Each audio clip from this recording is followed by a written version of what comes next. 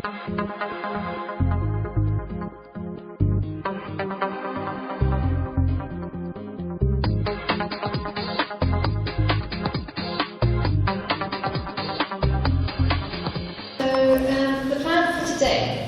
that there will be a few short talks which will be focused on applying to university and what university life is all about, and all the different subjects which you can actually study in university. There will be a break, and then we will go on to some workshops which again will be focused on a wide variety of subjects. Now, the way that we originally planned, it was meant to be so that we had the equity splitting up into their separate workshops, but we are changing that, so we're going to have everyone here, and it will be more of an interactive session, and each of the leaders will come and present their own workshop to you. Okay, so you have to use today as an opportunity to meet new people and become active in thinking about your future. So this is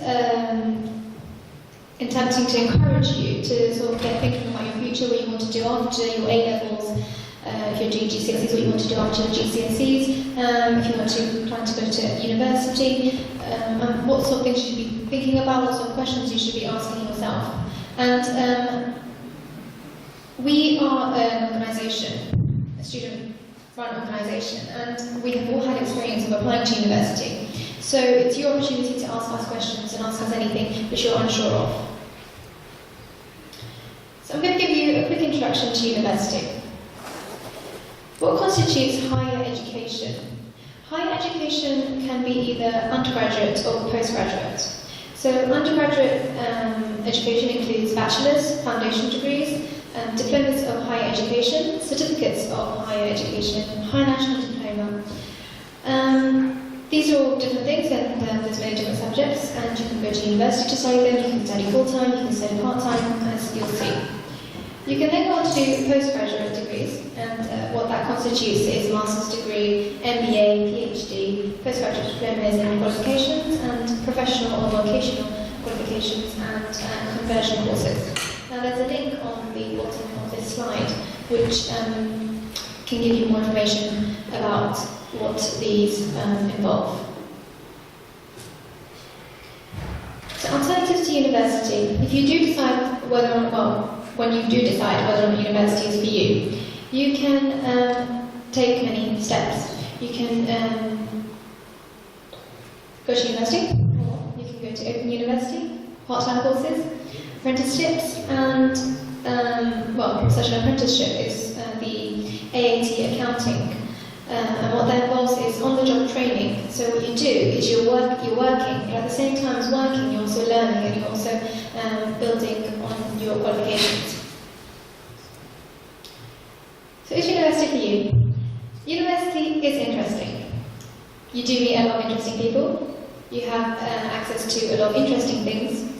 It's a chance to open your mind and take part in once-in-a-lifetime opportunities. There are lots of subjects available, but you need to choose your subject and your university wisely.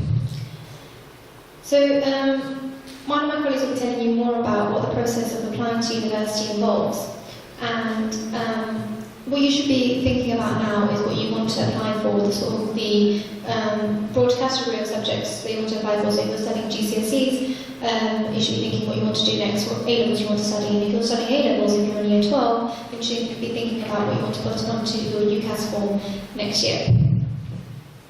So applying to university, this is an image that I got of the UCAS website, and as it says, there's 3 steps. So first of all, you need to choose your course. Second is applying via ucas.com, and third is starting your course. And deadlines. So if you plan to go to university in September 2014, if you are applying for, if you had applied for dentistry, medicine or Oxbridge courses, you would have applied by 15th of October of this year. For any other course, you would be looking to apply by the 15th of January 2014 in this case. Some universities do accept late applications, but they are generally not viewed in a positive light. So the overview of the application process is that you apply through UCAS. And what what they've given on their website is that you do the login, the personal details, the choices, education, employment details, the personal statement, your reference, and then you pay and send off your application form.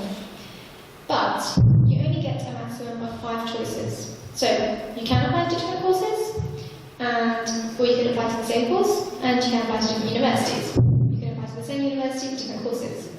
But you need to bear in mind that you only get 1 personal statement. So if you're applying, let's say, an arts course, and you start talking about science in your personal statement because you want to apply to both, then that won't work out because the universities all universities, wherever you've applied, can see what you've applied for by your personal statement. Other requirements. Some courses require you to undergo further examinations. So, for example, with medicine and dentistry, you might be asked to do the UK Clinical Aptitude Test or the BMAT. Some courses, well actually many courses, require you to have an interview before they offer you a place. And some courses also may require extra work, such as an portfolio or work experience. In terms of fees and funding. So with fees and funding, there's 2 different aspects to it. One of the aspects is your main tuition fee loan, and the second aspect is the sort of maintenance section. As I'm sure many of you are aware, universities can charge up to £9,000 a year for their tuition fees for home students. But as a UK home student, you are able to get student finance to cover your full loan. For your maintenance, you can also get a maintenance loan, and again, the amount that you get depends on whether you're living at home or if you're living with your parents.